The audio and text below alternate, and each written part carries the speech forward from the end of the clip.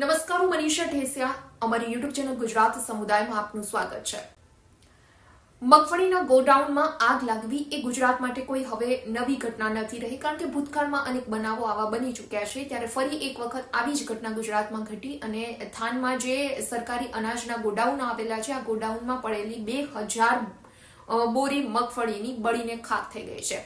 બસ મોટા પ્રમાણમાં આ આગ લાગી અને ત્યારબાદ ઇફકો અને ગુજકો માસોલના ચેરમેન દિલીપ સંઘાણી દ્વારા નિવેદન આપવામાં આવ્યું કે આ કોઈ સામાન્ય સંજોગોમાં લાગેલી આગ નથી. એટલે દિલીપ સંઘાણીએ સામાન્ય સંજોગોમાં લાગેલી આગ માનવાનો ઇનકાર કરી દીધો છે અને આ મામલે તટસ્થ તપાસ થવી જોઈએ તેવી માંગણી પણ કરી છે.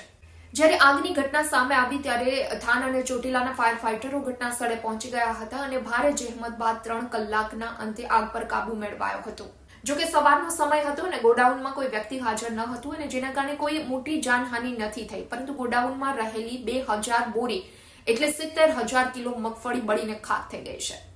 ટેકાના ભાવે ખરીદેલી મગફળી આ સરકારી ગોડાઉનમાં રાખવામાં આવી હતી અને તે મગફળી બળીને ખાખ થઈ ગઈ છે. ત્યારે આ મામલે ગુજકો માસોલના ચેરમેન દિલીપ સંઘાણીનું કહેવું છે કે સામાન્ય સંજોગોમાં મગફળીના ગોડાઉનમાં ક્યારે આગ લાગતી નથી. જ્યારે કોઈ કૌભાંડ થયું હોય અથવા કૌભાંડ જ્યારે છુપાવવાનું હોય ત્યારે જાણી જોઈને આગ લગાવી દેવામાં આવતી હોય છે.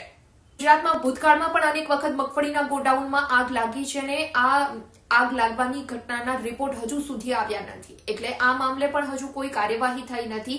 ત્યારે દિલીપ સંઘાણીનું કહેવું છે કે થાનમાં જે સરકારી ગોડાઉનમાં આગ લાગી છે, આ મામલે ગોડાઉનના માલિકને સાથે રાખી અને તટસ્થ તપાસ થવી જોઈએ. ગોડાઉનના માલિક, અધિકારીઓ, કર્મચારીઓ તમામ લોકો નું આ ક્યાંક ને ક્યાંક કૌભાંડ હોય તેવી આશંકા સેવાઈ રહી છે. એટલે હવે આ સમગ્ર મામલે તટસ્થ તપાસ થવી જોઈએ. આ મામલે રિપોર્ટ જાહેર કરવો જોઈએ, કારણ કે ભૂતકાળમાં જે પણ આગ લાગી છે, આગની ઘટનાના હજુ સુધી રિપોર્ટ સામે નથી આવ્યા.